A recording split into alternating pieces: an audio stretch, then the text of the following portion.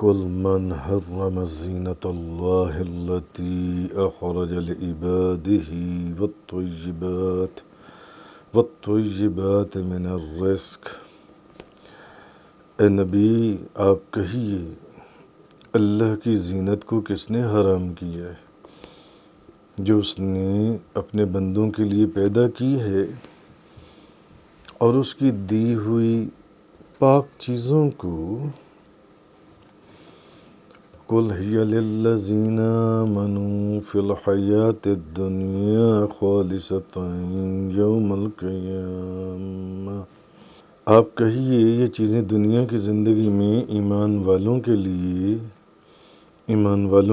ہیں اور قیامت کے دن تو خصوصاً انہی کے لیے ہیں۔ کذالک نفصل الآیات لقوم یعلمون۔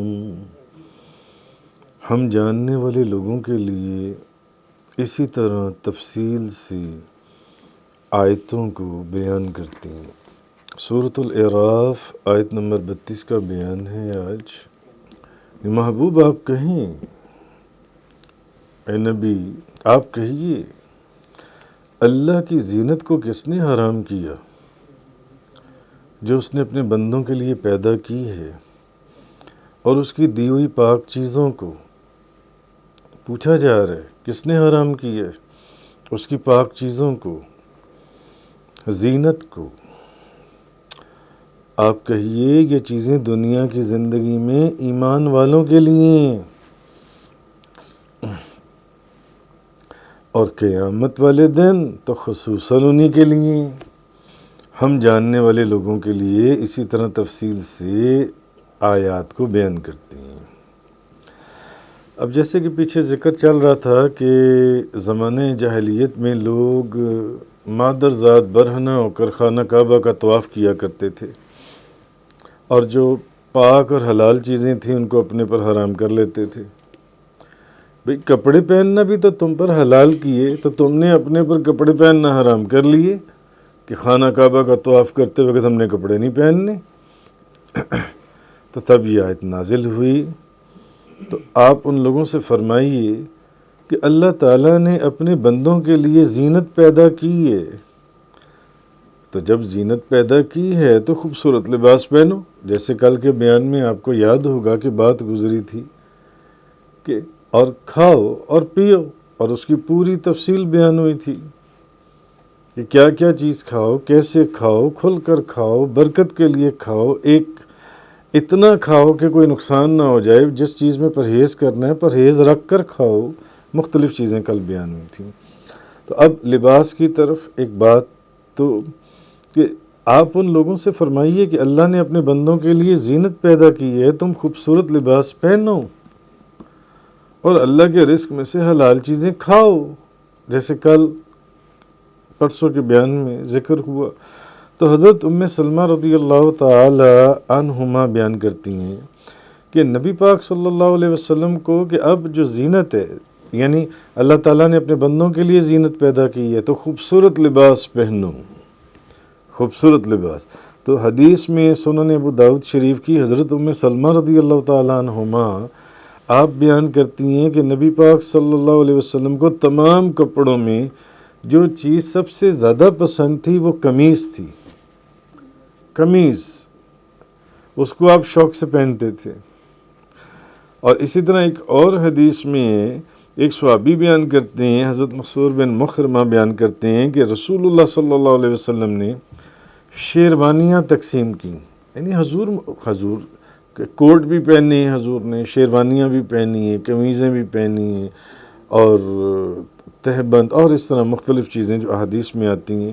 تو حضور نے شیروانیاں تقسیم کیں اور مخرمہ کو کچھ نہیں دیا۔ تو انہوں نے کہا، مکرمہ نے کہا اے میرے بیٹے مجھے اللہ کے رسول کے پاس لے چلو۔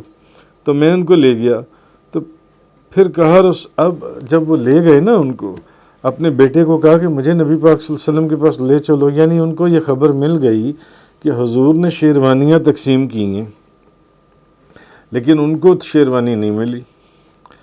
تو اب ایک خیال ان کے ذہن میں آ گیا تو انہوں نے کہا مجھے اللہ کے رسول کے پاس لے چلو. تو جب وہاں گئے تو انہوں نے کہا کہ اللہ کے رسول کو یعنی نبی پاک صلی اللہ علیہ وسلم کو بلاؤ. تو میں نے بیٹے کہتے ہیں میں نے نبی پاک صلی اللہ علیہ وسلم کو بلایا. وہ بوڑھے ہوں گے، ضعیف ہوں گے.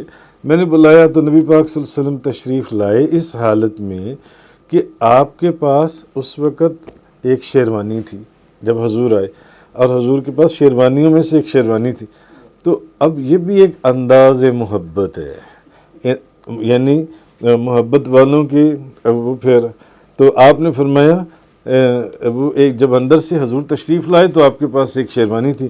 آپ نے فرمایا میں نے یہ شیروانی تمہارے لیے چھپا کر رکھی ہوئی تھی، کیونکہ تقسیم جو کر دی تو اب چھپا لی تھی کہ یہ میں نے اس کو دینی ہے، یہ جو شیروانی ہے. تو حضرت ابن عمر رضی اللہ تعالیٰ عنہ بیان کرتے ہیں کہ نبی پاک صلی اللہ علیہ وسلم سفید ٹوپی پہنا کرتے تھے. حضور کی عادت تھی سفید ٹوپی پہننا. تو اسی طرح حضرت ابن عباس رضی اللہ تعالیٰ عنہما بیان کرتے ہیں کہ نبی پاک صلی اللہ علیہ وسلم نے فرمایا تم سفید لباس پہنو، وہ تمہارا بہترین لباس ہے، اور اسی میں اپنے مردوں کو کفن دو، اور بہترین سرمت اسمد ہے، یہ نظر تیز کرتا ہے اور بال اگاتا ہے. بہترین سرما اسمد ہے، یہ نظر تیز کرتا ہے، بال اگاتا ہے. کہنے کا مقصد یہ کہ حضور سفید ٹوپی پہنتے تھے، سفید لباس پہنتے تھے، اور سفید لباس کو بہترین لباس فرماتے تھے، اور فرماتے تھے کہ اپنے مردوں کو بھی اسی سفید لباس سے کفن دیا کرو. اور اسی طرح حضرت عبداللہ بن مسعود، مسلم شریف کی حدیث ہے کہ اب چونکہ اللہ پاک نے اس آیہ مبارکہ نے فرمایا کہ اللہ کی زینت کو کس نے حرام کیا، تو اصل میں اس زینت کے کانٹیکسٹ میں، لباس کے کانٹیکسٹ میں، کہ وہ جو مشرکین مکہ تھے وہ لباس اتار دیتے تھے. تو اس وجہ سے کہ لباس نبی کریم صلی اللہ علیہ وسلم نے پہننا بھی، پہننے کا حکم بھی دیا، آگے تقسیم بھی کیا. جیسے اس صحابی کو فرمایا کہ یعنی جب وہ پریشان ہوئے تو فرمایا میں نے تمہارے لیے ایک شیروانی چھپا کر رکھی ہوئی ہے. تو حضرت عبداللہ بن مسعود بیان کرتے ہیں کہ نبی پاک صلی اللہ علیہ وسلم نے فرمایا جس شخص کے دل میں ایک ذرے کے برابر بھی تکبر ہو، ایک ذرے کے برابر بھی تکبر ہو، وہ جنت میں داخل نہیں ہوگا. تو ایک شخص نے کہا، جب حضور نے یہ بات فرمائی تو اس نے کہا، یعنی اس نے کہا یا رسول اللہ ایک آدمی یہ چاہتا ہے کہ اس کے کپڑے اچھے ہوں، اس نے اچھے کپڑے پہنے ہوں، اس کی جوتی اچھی ہو. تو آپ صلی اللہ علیہ وسلم نے فرمایا اللہ جمیل، یعنی اللہ حسین ہے، اللہ جمیل ہے اور جمال کو پسند کرتا ہے. تو تکبر تو حق کا انکار کرنا یا لوگوں میں سے کسی کو حقیر سمجھنا ہے. تو جس کے دل میں تکبر کا ایک ذرہ برابر بھی تکبر ہوگا وہ جنت میں داخل نہیں ہوگا. تو کسی نے پوچھا کہ شاید اچھے کپڑے، خوبصورت کپڑے، خوبصورت جوتی پہننا بھی شاید تکبر کے اندر آ جاتا ہے. حضور نے کہا نہیں، یہ نہیں ہے تکبر. حضور نے کہا تکبر تو یہ ہے انسان جو حق بات ہے اس کا انکار کرے، اس کو ماننے سے انکار کر دے، اور حقیر، لوگوں کو حقیر جانے. تو ایک اور روایت کے اندر ہے سنن نسائی، ابو الاحوص کے والد بیان کرتے ہیں کہ میں نبی پاک صلی اللہ علیہ وسلم کے پاس بیٹھا ہوا تھا تو آپ نے مجھے بڑے ہی خراب کپڑے پہنے ہوئے دیکھے، گھٹیا خراب کپڑے پہنے ہوئے دیکھے. آپ نے فرمایا تمہارے پاس مال ہے؟ میں نے عرض کیا ہاں یا رسول اللہ میرے پاس تو بہت مال ہے. تو ایک روایت میں ہے کہ انہوں نے کہا میرے پاس اونٹ بھی ہیں، بکریاں بھی ہیں، گھوڑے بھی ہیں، غلام بھی ہیں، میں تو بڑا مالدار آدمی ہوں. نبی پاک صلی اللہ علیہ وسلم نے فرمایا جب اللہ نے تمہیں مال دیا، یعنی تمہیں مالدار امیر آدمی بنایا، تو تم پر اس کا اثر ظاہر ہونا چاہیے. یعنی یہ کہ پہن کر آئے ہوئے ہو، جب اللہ نے تمہیں مال دی ہے، دولت دی ہے، تو اس کے دیے ہوئے مال اور دولت کا تمہارے وجود کے اوپر اثر ہونا چاہیے. یہ تم کیا کپڑے جو حدیث میں الفاظ ہیں گھٹیا سے یا خراب سے تم کپڑے پہن کر آ گئے ہو. اسی طرح حضرت عمر بن شعیب اپنے والد اور وہ اپنے دادا سے روایت کرتے ہیں کہ نبی پاک صلی اللہ علیہ وسلم نے فرمایا کہ اللہ تعالیٰ یہ پسند کرتا ہے کہ وہ اپنے بندے پر اپنی نعمت کا اثر دیکھے. تو جب اللہ تعالیٰ اپنے بندے پر اپنی نعمت کا اثر دیکھتا ہے، اسی لیے اس حدیث میں حضور نے فرمایا کہ جب اللہ نے تمہیں مال دیا ہے تو تم پر اس کا اثر ظاہر ہونا چاہیے۔ اور اس ترمذی شریف کی حدیث ہے، وہ سنن نسائی، کہ اس حدیث میں کہ نبی پاک صلی اللہ علیہ وسلم نے فرمایا اللہ تعالیٰ یہ پسند کرتا ہے کہ وہ اپنے بندے پر اپنی نعمت کا اثر دیکھے۔ ایک بندہ مالدار ہے، دولت مند ہے، بہترین لباس پہن سکتا ہے، بہترین جوتی پہن سکتا ہے، اور پھر وہ گھٹیا سے یا بالکل خراب لباس جن سے وہ پہن لے تو اس سے منع فرمایا گیا۔ تو حضرت جابر بن عبداللہ رضی اللہ تعالی عنہما بیان کرتے ہیں کہ ہم نبی کریم صلی اللہ علیہ وسلم کی خدمت میں آئے تو آپ نے ایک شخص کو دیکھا، اس کے بال غبار آلود اور بکھرے ہوئے تھے۔ آپ نے فرمایا کیا اس کو کوئی ایسی چیز نہیں ملتی جس کے ساتھ یہ اپنے بالوں کو ٹھیک کر لے؟ اور ایک اور شخص کو دیکھا جو میلے کپڑے پہنے ہوا تھا، آپ نے فرمایا کہ اس شخص کو پانی نہیں ملتا کہ یہ اپنے کپڑوں کو دھو لے؟ گندے کپڑے جو پہن کر یہ پھر رہا ہے، مٹی والے جون سے ہیں یا گرد و غبار والی ہیں، اس کو پانی نہیں ملتا یہ اپنے کپڑوں کو دھو لے؟ تو حضرت عائشہ صدیقہ رضی اللہ تعالیٰ عنہما بیان کرتی ہیں ایک حدیث میں کہ رسول اللہ صلی اللہ علیہ وسلم نے فرمایا اسلام صاف ستھرا ہے، سو تم صاف ستھرے رہو، کیونکہ جنت میں صرف صاف ستھرے لوگ داخل ہوں گے۔ حضور نے فرمایا اسلام صاف ستھرا ہے، تم صاف ستھرے رہو، کیونکہ جنت میں صرف صاف ستھرے لوگ داخل ہوں گے۔ حضرت ابن عمر رضی اللہ تعالی عنہما بیان کرتے ہیں ایک روایت میں حضرت عمر نے صحابہ کرام میں سے ایک شخص کو 700 درہم کا لباس خرید کر پہنایا۔ 700 درہم کا لباس خرید کر پہنایا حضرت عمر فاروق نے۔ تو اسی طرح تو اصل میں اسلام کی جو اسلامک تھیولوجی ہے، اسلام جو ہے، اسلام یہ ہمیں یہ چیز سکھاتا ہے کہ انسان نہ تو ایسا کرے کہ اچھے اور صاف ستھرے لباس پر قدرت ہونے کے باوجود پھٹے پرانے میلے کچیلے کپڑے پہن لے۔ جب اس کو اللہ نے قدرت دی ہے، دولت دی ہے، مال دی ہے، تو پھر وہ میلے کچیلے کپڑے پہن لے یا گندے کپڑے پہن لے یا خراب کپڑے پہن لے یا پھٹے ہوئے کپڑے پہن لے۔ اور نہ ہی اسلام یہ کہتا ہے کہ آپ ایک تکبر اور فخر کے اندر اتنا مہنگا لباس پہن لیں کہ جس میں نیت یا کوئی ایسی چیز جو سی ہے وہ تکبر اور فخر کی داخل ہو جائے۔ تو حضرت ابن حنظلہ بیان کرتے ہیں کہ نبی پاک صلی اللہ علیہ وسلم نے فرمایا تم اپنے بھائیوں کے سردار ہو، سو تم اپنی جوتیوں کو ٹھیک کرو اور حسین لباس پہنو۔ جب تم اپنے بھائیوں کے سردار ہو تو تم اپنی جوتیوں کو ٹھیک کرو اور حسین لباس پہنو۔ مالک بن انس بیان کرتے ہیں کہ میں نے اپنے شہر کے جتنے فقہا تھے اسلامک جورسپروڈنس کے جو ان سے اسکالرس تھے، میں نے اپنے شہر کے تمام فقہا کو حسین لباس پہنے میں دیکھا۔ اب فقہا وہی ہیں جن کو قرآن اور حدیث کا علم ہوتا ہے، تو جن کو قرآن اور حدیث کا علم ہو تو انہوں نے خوبصورت لباس پہنے میں دیکھا۔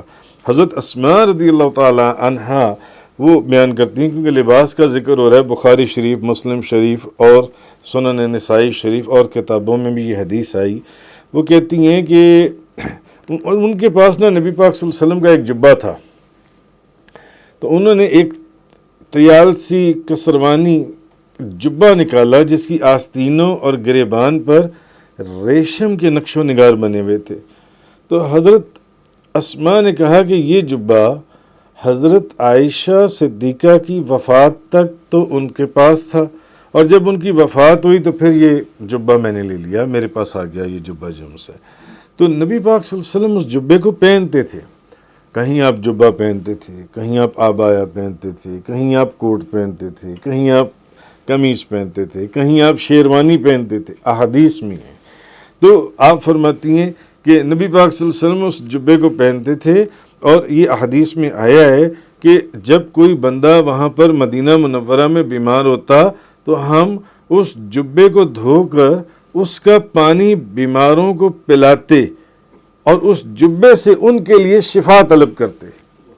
اور بعض روایات میں آیا کہ اس سے لوگ بڑے بڑے بیمار ٹھیک ہو جاتے تھے جو ان سے. تو حضرت ابن عباس رضی اللہ تعالی عنہما، امام فخر الدین رازی وہ لکھتے ہیں، حضرت ابن عباس رضی اللہ تعالیٰ عنہ، اکثر مفسرین کا یہ قول ہے کہ یہاں جو اس آیت کے اندر زینت کا ذکر ہوا تو زینت سے مراد لباس ہے جس سے انسان اپنی شرمگاہ کو چھپا سکے، کیونکہ پچھلی چند آیتوں سے آپ یہ پڑھتے آ رہے ہیں کہ مشرکین مکہ خانہ کعبہ کا طواف برہنہ حالت میں ننگے ہو کر کرتے تھے. تو حضرت ابن عباس اور اکثر مفسرین ان کا یہ خیال ہے کہ زینت سے مراد لباس ہے جس سے انسان اپنی شرمگاہ کو چھپا سکے. تو زینت سے مراد عام ہے اور اس میں زینت کی تمام ہر طرح کی قسم شامل ہے. زینت کے اندر کیا صرف لباس آتا ہے، اور بھی جو چیز آتی ہے. تو انہوں نے فرمایا کہ اس میں بدن کو صاف رکھنا یہ بھی تو زینت ہے. اب لباس تو کمال کا پہنا ہو اور جسم میں سے پسینے یا ویسے بو آ رہی ہو اور جسم 1 مہینے سے بندہ نہایا ہی نہ ہو تو اس لباس کے پہننے کا کیا فائدہ، مجھے بتائیں آپ. تو اب زینت سے مراد اس زینت کی تمام قسمیں، بدن کو صاف رکھنا، اچھی سواری صاف ستھری، اور جن زیورات کی ضرورت ہے ان زیورات کی. اگر مردوں پر امام فخر الدین رازی لکھتی ہیں کہ سونے چاندی اور ریشم کی حرمت کے متعلق نص نہ آئی ہوتی تو وہ بھی اس میں شامل ہوتے اس زینت والی زینت کے حکم کی آیت میں. اور پاکیزہ رزق سے مراد بھی عام ہے کہ تمام پسندیدہ اور لذیذ کھانے پینے کی چیزیں داخل ہیں. اور اسی طرح اس زینت کے اندر ازواج اور خوشبو لگانا بھی جو ان سے شامل ہے. تو روایت ہے حضرت عثمان، ایک حدیث میں کہ حضرت عثمان بن مظعون نے رسول اللہ صلی اللہ علیہ وسلم سے عرض کیا کہ میرا دل چاہتا ہے کہ میں گوشت نہ کھاؤں. ایک صحابی نے کہا، آپ نے فرمایا نرم روی اختیار کرو، کیونکہ مجھے جب گوشت مل جاتا ہے تو میں گوشت کھاتا ہوں، اور اگر میں اللہ سے دعا کروں کہ وہ مجھے ہر روز گوشت کھلائے تو وہ ایسا کرے گا. حضرت عثمان بن مظعون نے کہا کہ میرے دل میں آتا ہے کہ میں خوشبو نہ لگاؤں. آپ نے فرمایا سختی نہ کرو، کیونکہ جبریل نے مجھے کبھی کبھی خوشبو لگانے کا حکم دیا ہے اور یہ کہا ہے کہ جمعے کے دن خوشبو لگانے کو ترک نہیں کرنا، جمعے والے دن خوشبو لگانی ہے ضرور. تو حضور نے فرمایا نہیں، کہ مجھے جب گوشت مل جاتا ہے تو میں کھاتا ہوں، اور اسی طرح خوشبو جون سی ہے وہ میں لگاتا ہوں. تو جس شخص نے میری سنت سے اعراض کیا اور وہ توبہ کرنے سے پہلے مر گیا تو فرشتے اس کا چہرہ میرے حوض سے پھیر دیں گے. امام فخر الدین رازی فرماتے ہیں کہ اس حدیث سے اس بات کی دلیل ملتی ہے کہ شریعت اسلامیہ میں زینت کے متعلق جتنی بھی قسمیں ہیں وہ سب جائز ہیں، جو حلال ہیں وہ سب جائز ہیں، اور ان سے ان کو اپنانے کی اجازت ہے، ماں سوائے ان چیزوں کے جن کی کسی دلیل سے ممانعت ہو، کوئی دلیل ہو کہ منع کی گئی ہوں، وہ جون سی ہیں چیزیں جون سی ہیں. اسی طرح ایک روایت میں کہ جب امام حسن نماز پڑھنے جاتے تو نہایت کمال خوبصورت لباس پہنتے. ان سے کہا گیا، اے ابن رسول اللہ، آپ اس قدر عمدہ لباس کیوں پہنتے ہیں؟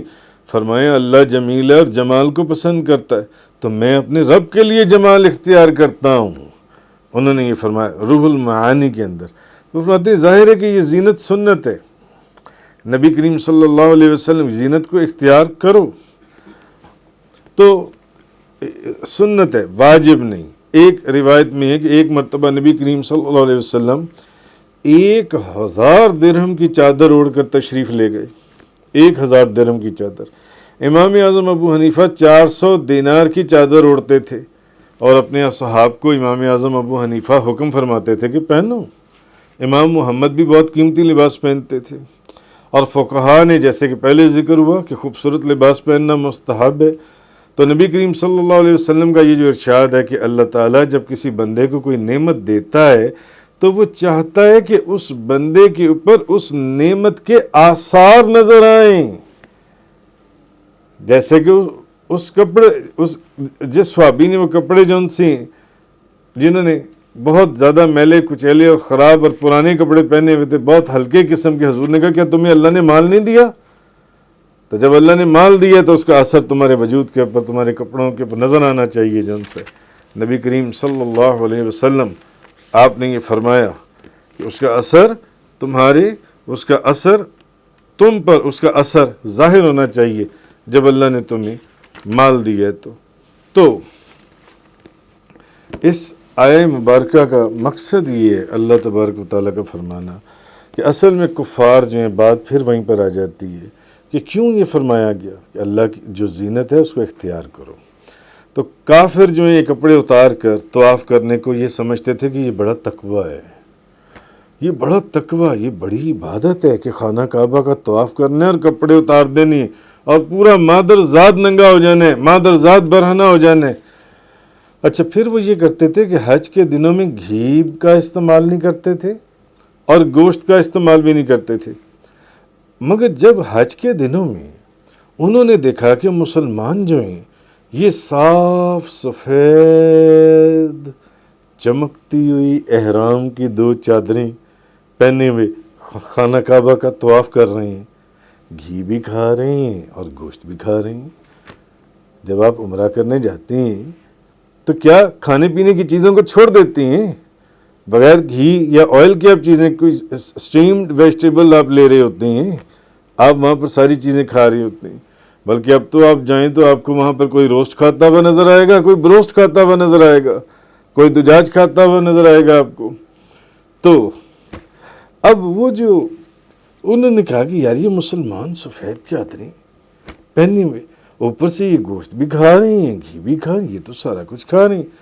اب وہ کہنے لگے، وہ مسلمانوں کے اوپر زبان تانے دینے لگے، دراز کرنے لگے کہ یہ جو ان سے یہ حج کرنے آئی ہیں، یہ تو دنیا کی لذت کے لیے آئی ہیں یہاں پر، یہ دیکھو یہ گھی بھی کھا رہی ہیں، گوشت بھی کھا رہی ہیں، کپڑے بھی پہنے ہوئے، اور تقویٰ تو ہمارا ہے، نہ ہم گھی کھا رہے ہیں نہ گوشت کھا رہے ہیں، اور اوپر سے ننگے ہم خانہ کعبہ کا طواف کر رہے ہیں، معاذ اللہ، استغفر اللہ من ذلک۔ تو قرآن فرماتا ہے کہ زینت و آرائش کے جن چیزوں اور کھانے پینے کی جن چیزوں کو اللہ نے اپنے بندوں کے لیے حلال کیے، ان کو کیا حق پہنچتا ہے کہ یہ ان کو حرام کر دیں؟ یہ کیسے کہہ سکتے ہیں کہ یہ چیزیں حرام اور ممنوع ہیں؟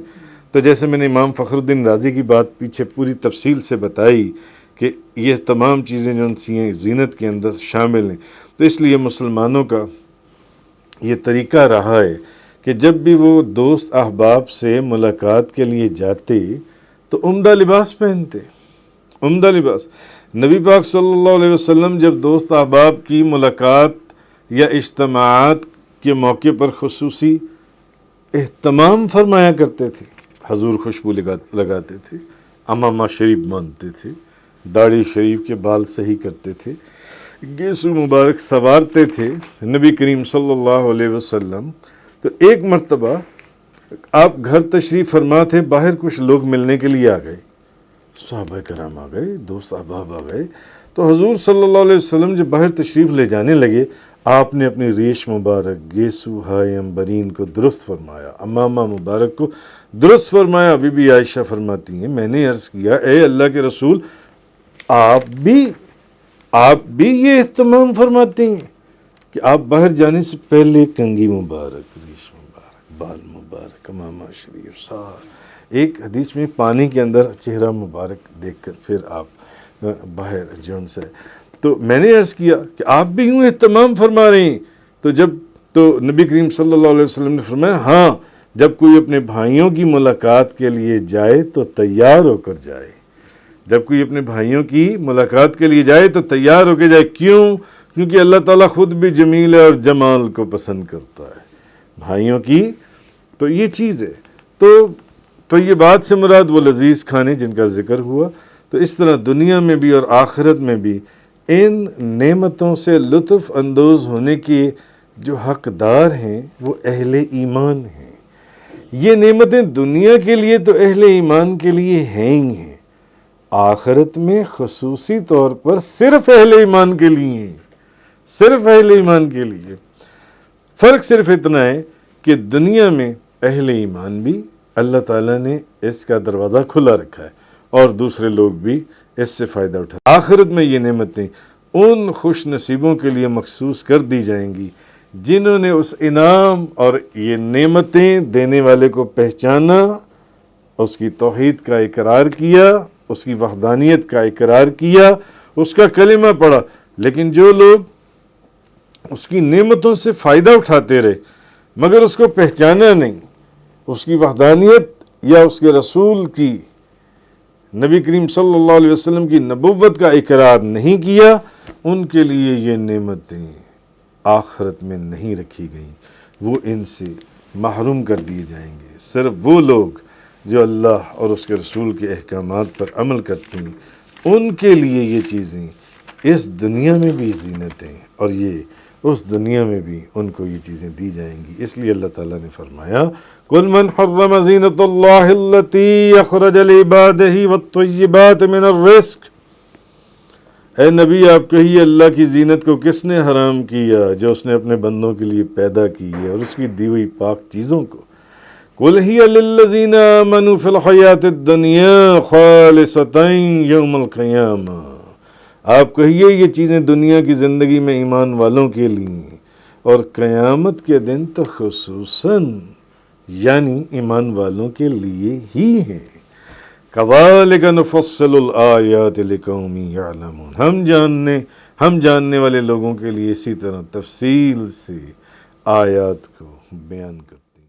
تفسیر قرآن کا یہ لیکچر انگلش میں سننے کے لیے براہ کرم ڈسکرپشن میں موجود لنک پر کلک کریں۔